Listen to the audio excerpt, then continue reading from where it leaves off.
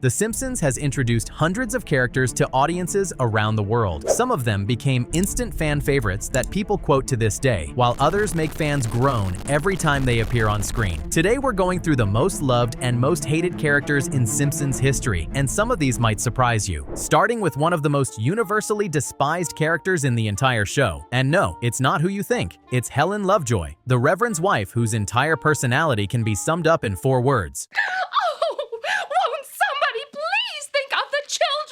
That catchphrase first appeared in the season 7 episode Much Apu About Nothing and became so iconic that it's now used as shorthand for performative moral outrage. Helen shows up whenever the writers need someone to represent the worst kind of busybody neighbor. She gossips constantly, judges everyone in Springfield, and hides behind moral outrage while being one of the most hypocritical characters on the show. Her own daughter Jessica turned out to be a manipulative troublemaker and Bart's girlfriend, yet Helen never seems to apply her moral standards to her own family. The problem with Helen is that she never gets any depth. She exists purely to be annoying, and unlike other one-note characters who at least get funny lines, Helen's scenes mostly just make you want to skip forward. Fans have pointed out for years that she represents everything insufferable about small-town judgment, and not in a way that's entertaining to watch. On the complete opposite end, one character who's been beloved since his very first appearance is Ralph Wiggum, the lovably clueless son of Chief Wiggum. Ralph started as a background character in the earlier seasons, but quickly became a fan favorite because of his bizarre non-sequiturs and innocent stupidity. Lines like, "I bet my Wookiee. My cat's breath smells like cat food," became instant classics that fans still quote decades later. What makes Ralph work so well is that he's never mean-spirited. He's just genuinely confused about the world around him, and there's something weirdly pure about that. In I Love Lisa, one of the most beloved episodes of the entire series, Ralph's heartbreak after Lisa rejects him on live television is genuinely affecting. You feel bad for the kid even though he completely misread the situation. That episode showed Ralph could carry emotional weight beyond just being a punchline, and fans responded to that. The writers found the perfect balance with Ralph where he's funny without being cruel and dumb without being annoying. That's harder to pull off than it looks. However, a character who many fans think crossed the line from funny to irritating is Gil Gunderson, the perpetually failing salesman based on Jack Lemmon's character Shelley Levine from Glengarry Glen Ross. Gil's whole deal is that he's pathetic. Every single scene involves him losing a sale, getting fired, or begging someone to give him a chance. The first few times, it works as dark comedy. By the 50th appearance, fans started dreading his scenes. The issue is that Gil has exactly one joke, and the show kept using him well past the point where that joke stopped landing. Unlike other recurring Springfield residents who have distinct personalities and relationships, Gil exists purely to fail, and watching someone fail over and over again without any variation gets exhausting. Online discussions about least favorite characters frequently mention Gil, with fans noting that his scenes feel like filler rather than actual comedy. Speaking of characters fans can't get enough of, Moe Szyslak is one of the most surprisingly beloved characters in the entire series. On paper, Moe should be unlikable. He's ugly, bitter, runs an illegal gambling operation out of his bar, and has tried to steal Marge from Homer multiple times. Yet somehow fans adore him, and there's a good reason for that. Moe is tragic in a way that feels real. His loneliness isn't played just for laughs. Episodes like Moe Baby Blues, where he saves Maggie and develops a genuine bond with her, show that underneath all the bitterness, Moe desperately wants connection and keeps getting rejected by life. The show lets Moe have actual emotional moments without completely abandoning his rough edges, and that balance makes him feel like a real person, rather than just a cartoon character. His friendship with Homer also helps. Despite all his flaws, Moe genuinely cares about his barflies, and those moments of loyalty make fans root for him even when he's being terrible. On the flip side, a character who gets more hate with every passing season is Lisa Simpson herself. Now this one is complicated because early seasons, Lisa is generally well-liked. She was the voice of reason in a chaotic family, talented and smart, but still a kid who made mistakes and had insecurities. The problem started around season 9 or 10 when Lisa became less of a character and more of a vehicle for whatever political or social message the writers wanted to deliver that week. Fans call this Soapbox Lisa, and it's one of the most common complaints about modern Simpsons. Instead of Lisa having opinions that fit her character, episodes started feeling like the writers were using her to lecture the audience. Her vegetarianism episode in season 7 worked because it showed her journey and let other characters push back meaningfully. Later episodes would just have Lisa declare something is bad, and everyone else either agrees or gets portrayed as stupid for disagreeing. The shift from curious kid to preachy know-it-all alienated a lot of viewers who used to consider Lisa their favorite character. A character who managed to stay consistently loved throughout the show's run is groundskeeper housekeeper Willie, the angry Scottish janitor of Springfield Elementary.